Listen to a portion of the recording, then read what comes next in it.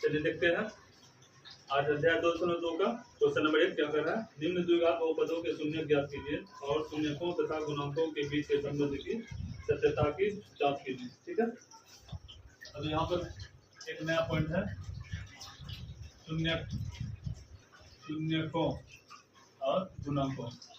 पहले इस चीज को समझते हैं, शून्य क्या हुआ, शून्यकों और गुणांकों।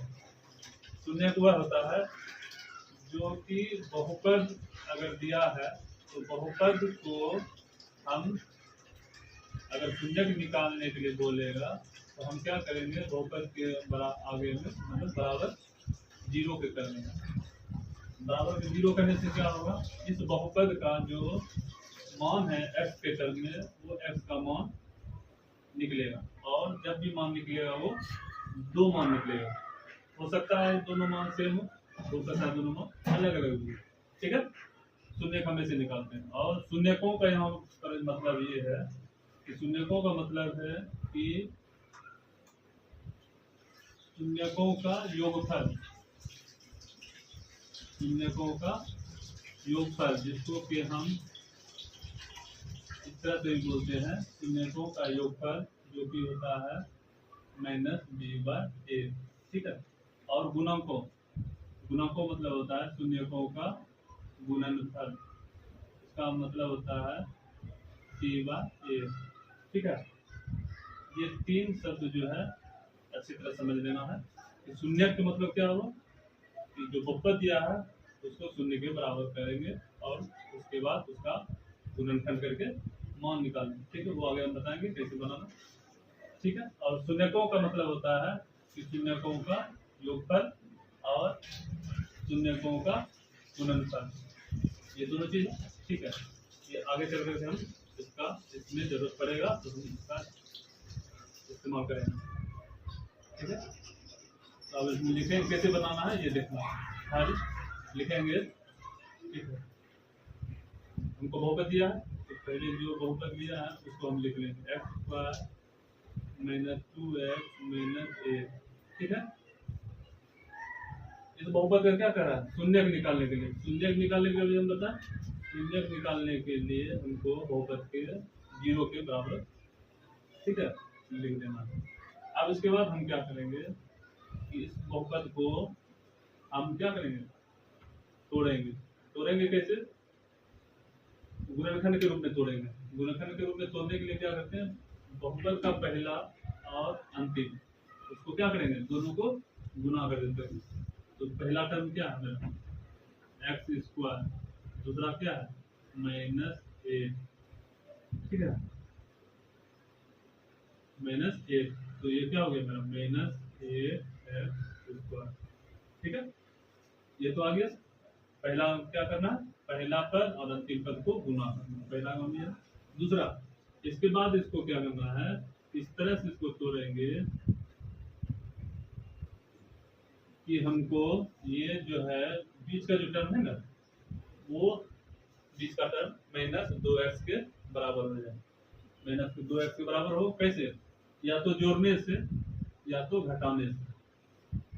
हमको इस तरह से तोड़ना है, या तो जोड़ने के बाद या तो घटाने के बाद हमको जो है वो आ जाए। अगर हम 8x को तोड़ेंगे, हम तोड़ सकते हैं 2x और 4x। ठीक है, 2x, अब मान लो ये +2x है, अगर इसको हम -2x लिखेंगे तो 2x में -4x हम घटाएंगे तो क्या हो जाएगा, यहाँ पर क्या करेंगे, घटाना है तो 2x में से -4x घटाएंगे तो क्या बचेगा, -2x बचेगा। सिंपल। तो हम यहाँ पर लिख सकते हैं x² - 4x + 2x - a बराबर 0। -4x + 2x -2x, तो ये बराबर हो गया। बाकी सेम सेम है, सेम सेम मिलेगा। ठीक है, उसके बाद फिर क्या करते हैं, पहला दो टर्म और अंतिम दो टर्म, ये दोनों को अलग अलग हम इसमें कॉमन लेते हैं। तो पहला टर्म क्या हो गया मेरा x, इसमें x आ गया, इसमें x बच गया, उसमें क्या बचा -4, इसमें क्या है +2, इसमें क्या बचा x, और इसमें क्या बचा, 2 चौके 8, ठीक है। तो क्या होगी, 0 बराबर हो गया, ठीक है। अब फिर देखो इसमें भी और इसमें भी दोनों मिल रहा है, तो सिंपल सी बात है, ये दोनों कॉमन हो जाएगा। कॉमन में आएगा तो क्या हो जाएगा, x माइनस 4, फिर जो बाकी बचा वो लिख देंगे, x प्लस 2 बचा, ठीक है। अब बराबर हो गया 0, ठीक है। अब देखो यहाँ पर क्या है, गुणे के रूप में आया है, तो गुणे के रूप में चाहे तो हम एक बार इसको हम इधर लेके चले जाएं, फिर एक बार इसको लेके चले जाएं।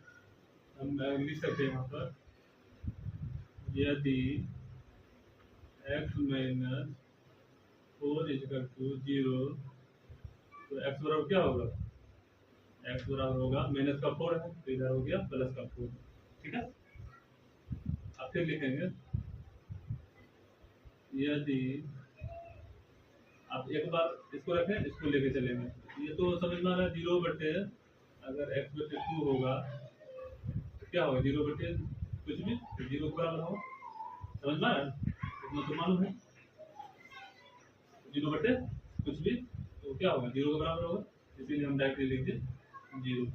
अब फिर अगर हम इसको रख लिए और इसको अगर नीचे हम लेके चले जाएंगे तो क्या होगा, x प्लस 2 इक्वल टू 0, क्यों, क्योंकि ये 0 बटे x माइनस 4 होगा, तो क्या होगा, 0 ही होगा, ठीक है। तो अब इसको आगे हम अगर बढ़ाएंगे तो क्या लिखेंगे, x बराबर, फिर यहाँ से क्या मान निकलेगा, प्लस का 2, तो इधर के जाके माइनस का 2, तो ये 2 मान आ गया, दोनों मान आ गया, इसीलिए क्या लिखेंगे, अच्छा x बराबर 4 माइनस 2, ठीक है। x का मान में क्या आ गया, तो मान आ गया, इसमें देखो यहाँ पर क्या है, दोनों मान अलग अलग है, हो सकता है यहाँ पर सेम भी आ जाए, ठीक है। बहुत कम चांस होता है सेम सेम आता है, लेकिन जनरली अलग अलग ही मान है। अब इसके बाद क्या करना है, हमको निकालना है शून्यकों का योगफल, शून्यकों का गुणनफल निकालना है। तो इसी में से शून्यकों का योगफल निकालने के लिए हम क्या करते हैं, ये जो 2 मान आता है इसको, इसमें से किसी एक को अल्फा मान लेंगे, एक को बीटा मान लेंगे, या तो इसको अल्फा मान लें या तो इसको बीटा मान लें, तो ये अपनी चॉइस पर है, आप किसको अल्फा बीटा मानते हैं, कोई सा भी मान लें, ठीक है। हम जांच में फिर लिखेंगे, जांचने के लिए बोल रहा है, यहाँ लिखा है ना, सत्यता की जांच कीजिए, इसीलिए हमको क्या करना है, जांच करना है। तो जांच में हम लिखेंगे, माना अल्फा बराबर 4, ठीक है, तथा बीटा बराबर -2, ठीक है। मान लीजिए अल्फा बीटा, और इसके बाद क्या करना है, उसके बाद शून्यकों का योगफल लिखना है। तो शून्यकों का योगफल हम ऐसे लिख सकते हैं, अल्फा प्लस बीटा बराबर -b/a, ठीक है।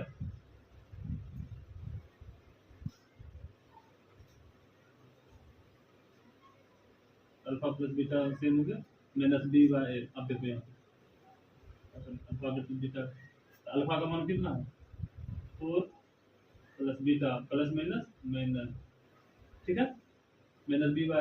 अब देखो यहाँ पर b और a कहाँ से आएगा, तो ये जब भी बहुपद दिया होता है तो बहुपद क्या होता है, किसके फॉर्म में दिया होता है, बहुपद होता है, देखो यहाँ पर x² -2x -8, ठीक है।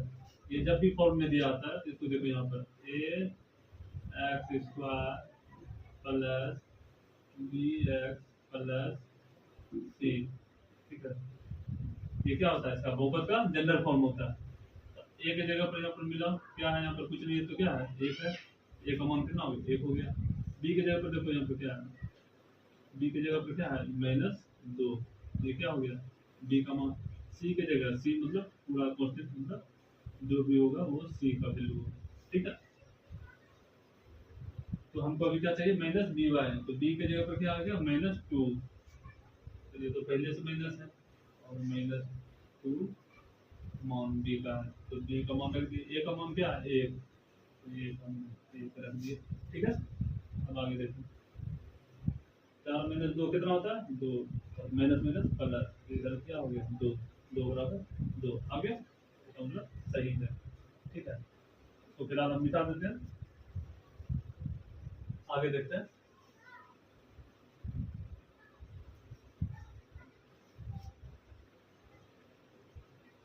अब अगला शून्यकों का गुणनफल, अल्फा इंटू बीटा बराबर होता है सी बाय ए। ठीक है, अल्फा इंटू बीटा, अल्फा मतलब कितना 4, बीटा मतलब कितना माइनस का 2 बराबर सी का मान कितना, सी का मान -8 और ए का मान तो मालूम है 1, तो ये क्या हो जाएगा, ये होगा माइनस का 1 बराबर इधर भी क्या होगा माइनस का 1, ये बराबर आ गया ये भी। तो समझ क्या है मेरा डॉट सही है। अब लास्ट में आंसर में लिखेंगे आता है शून्य बराबर, बोलो तो क्या पता शून्य पूछ रहा था, शून्य मेरा क्या निकला 0, 4 और -2, यही निकला था। शून्य के था ना x का मान 4 और -2, ये क्या हो गया मेरा आंसर। ठीक है।